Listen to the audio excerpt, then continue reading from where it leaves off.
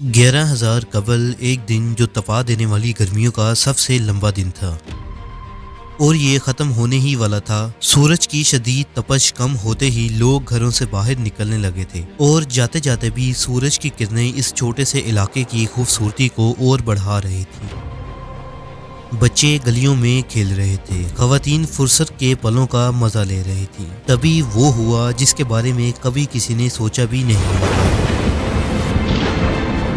اگلے کچھ لمحوں میں ہی زمین پر موجود جنت نما یہ علاقہ جسے اٹلانٹس کہا جاتا تھا تباہ ہو چکا تھا، اور یہ بربادی اتنی بھیانک تھی کہ پوری کی پوری تہذیب پانی کے اندر سما گئی۔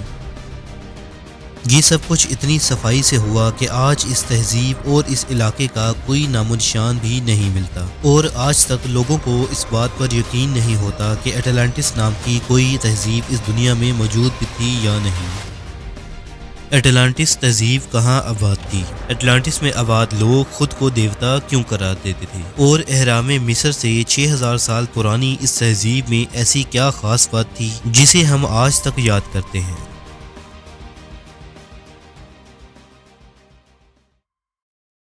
The last city of Atlantis ایک ایسا بدنصیب شہر تھا جو اپنے دور میں بہت زیادہ جدید اور ترقی یافتہ تھا۔ اٹلانٹس کا ذکر سب سے پہلے یونان کے مشہور فلسفی پلیٹو نے 2300 سال پہلے اپنی کتاب میں کہا تھا۔ پلیٹو نے اپنی 2 کتاب ٹیمیس اور کریٹیس میں اٹلانٹس کا تفصیلی ذکر کیا ہے۔ پلیٹو کے مطابق یہ شہر اس وقت سے 9000 سال پہلے اس دنیا میں موجود تھا۔ یہ شہر اٹلانٹس اوشن میں کہیں واقع تھا جو کسی قدرتی آفت یا خدائی آفت کی وجہ سے سمندر میں غرق ہو گیا۔ پلیٹو کہتا ہے کہ یہ شہر رقبے کے اعتبار سے بہت بڑا تھا۔ یہ شہر ایشیا سے بھی بڑا تھا اور یہ دائرہ نما جزیروں کی شکل میں آباد تھا۔ ان دائروں میں اچھلتی سمندری موجوں کا منظر نہایت ہی دلکش تھا۔ اس شہر میں دور دور تک ہرے بھرے میدان تھے اور یہاں کی زمین نہایت ہی زرخیز تھی۔ یہاں بے شمار اونچی اونچی عمارتیں اور معدنیات پائی جاتی تھی۔ یہاں کے لوگوں کے سامنے سونا چاندی ایک معمولی سی چیز تھی۔ اٹلانٹس میں عالیشان محل اور عبادت گاہیں موجود تھیں۔ اگر ان تعمیرات کے آگے اہرام مصر، دیوار چین، تاج محل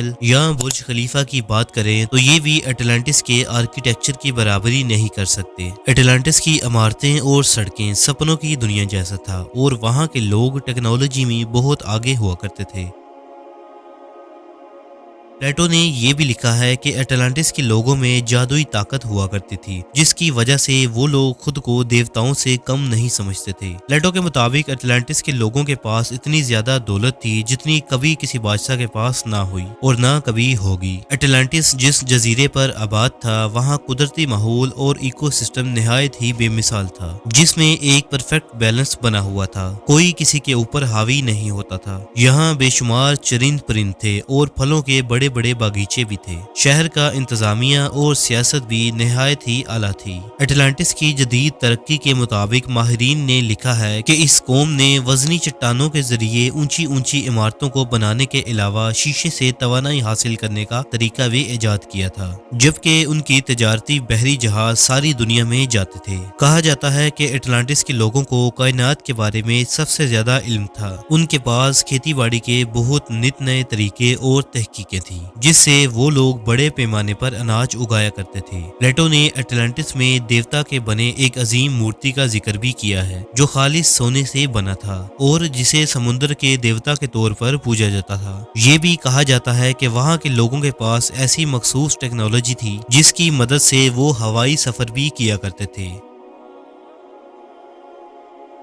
لیکن ایک طرف جہاں پلیٹو نے اٹلانٹس کے لوگوں کی تعریف کی ہے تو دوسری طرف ان کی خامیوں اور گناہوں کے بارے میں بھی بیان کیا ہے۔ پلیٹو کے بقول انہی وجوہات سے اٹلانٹس پر خدا کا غضب نازل ہوا تھا۔ دراصل اٹلانٹس کے لوگ اپنی ٹیکنالوجی اور طاقت کے نشے میں چور خود کو دیوتا سمجھنے لگے تھے۔ انہوں نے اپنے علاقے کو مزید طاقتور بنانے کی خواہش میں دوسرے علاقوں پر حملہ کرنا شروع کر دیا تھا اور بے شمار معصوم شہریوں کا قتل عام کیا۔ وہ سوائے ایتھنز کے تمام یورپ اور مغربی ممالک پر قبضہ کر چکے تھے، یہاں تک کہ اٹلانٹس کے لوگ نہایت ہی عیش پسند ہو گئے اور ہر طرح کے گناہوں میں ملوث ہو گئے۔ اس کا نتیجہ یہ ہوا کہ جنت کہے جانے والی اس اٹلانٹس کو خدا کے غضب کا سامنا کرنا پڑا۔ پلیٹو کے مطابق ایک ہی وقت میں اٹلانٹس میں طوفان، زلزلے، سیلاب اور آتش فشاں پھٹ پڑا۔ اس عظیم تباہی کا یہ نتیجہ ہوا کہ سطح سمندر پر بسا یہ شہر پانی میں ڈوبنے لگا۔ آتش فشاں سے نکلنے والی کالی راکھ نے پورے جزیرے کو اپنی لپیٹ میں لے لیا اور اس سے ہر طرف اندھیرا چھا گیا۔ ہر طرف سے زوردار دھماکے ہونے لگے۔ یہ اندازہ لگایا جا سکتا ہے کہ اس وقت اٹلانٹس پر 500 سے 1000 ایٹم بم پھٹنے جیسے حالات پیدا ہو گئے تھے۔ یہ دنیا میں آنے والی شدید ترین تباہیوں میں سے ایک تباہی تھی۔ اٹلانٹس کے لوگ ادھر ادھر بھاگ رہے تھے۔ کئی لوگ سمندر میں کود گئے اور کئی لوگ آگ اگلتے پتھروں سے جل کر راکھ ہو گئے۔ زمین پھٹنے لگی اور کئی جاندار اس میں سمانے لگے۔ دیکھتے ہی دیکھتے سارا شہر سمندر میں ڈوب گیا اور اٹلانٹس کا یہ علاقہ صفحہ ہستی سے ایسا مٹا گویا وہاں کوئی شہر موجود ہی نہ تھا۔